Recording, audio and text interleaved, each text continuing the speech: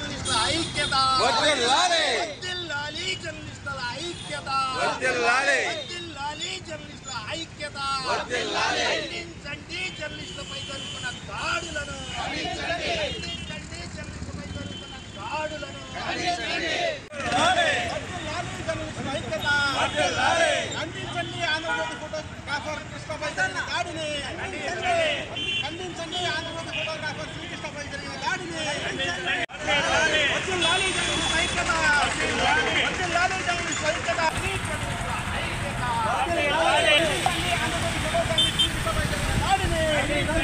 దాడిని ఖండించండి Andhra Jyothi photo journalist శ్రీకృష్ణపై జరిగిన దాడిని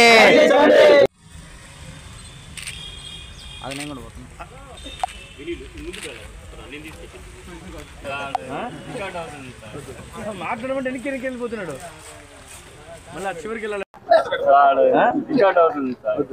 మాట్లాడమంటే వెనక్కి వెళ్ళిపోతున్నాడు.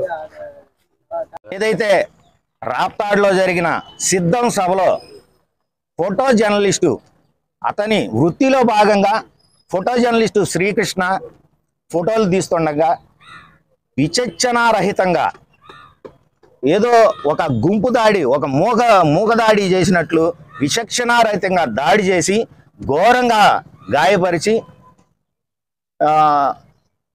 అతను మనిషి అనేది కూడా చూడకుండా గొడ్డును బాదినట్టు బాధడం చాలా దారుణం. అయితే ఎవరైనా సరే ఈ దాడి చేసింది కూడా ఎవరో కాదు, అందరూ బియ్యం ఇసుక మద్యం మాఫియాకి చెందిన వ్యక్తులే ఈ శ్రీకృష్ణ మీద దాడి చేసిన వ్యక్తులు. అయితే అతను ఇప్పుడు అన్ని అవయవాల్లో అన్ని పక్కటెముకలు ఇరిగిపోయి ఇప్పుడు హైదరాబాద్లో చికిత్స పొందుతున్నాడు. ఇటువంటి దాడులు ఇక ముందు పునరావృతం కాకుండా ఉండాలంటే జర్నలిస్టులందరూ ఏకం కావాల్సిన పరిస్థితి అయితే ఏర్పడింది.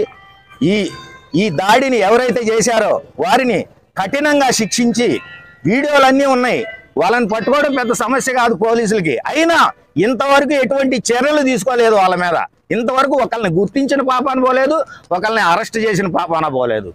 వెంటనే ఎవరైతే నిందితులు ఉన్నారో వాళ్ళని అరెస్ట్ చేసి వెంటనే వాళ్ళపై అటెంప్ట్ మర్డర్ కేసు నమోదు చేసి కఠినంగా శిక్షించాలని వినుకొండ జర్నలిస్టు సంఘం తరఫున డిమాండ్ చేస్తున్నాను.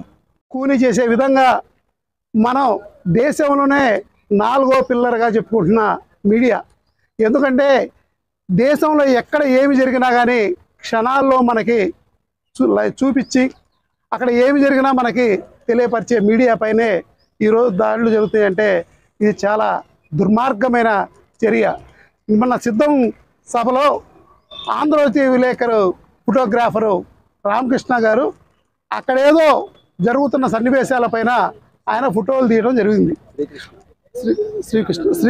శ్రీకృష్ణ గారు అక్కడ ఫోటోలు తీయడం అనేది ఇప్పుడు మనకు మంచి జరిగితే మనం మంచి కోసం తీస్తేనే ఫోటోలు కాదు, చెడును కూడా చూపించేదే మీడియా.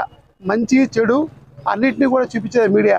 అలాంటి మీడియా పైన దాడులు చేయటం, విశిష్టరహితంగా అతన్ని చావు బతుకుల్లో ఉన్నాడని మన వాళ్ళు చెప్తున్నారు.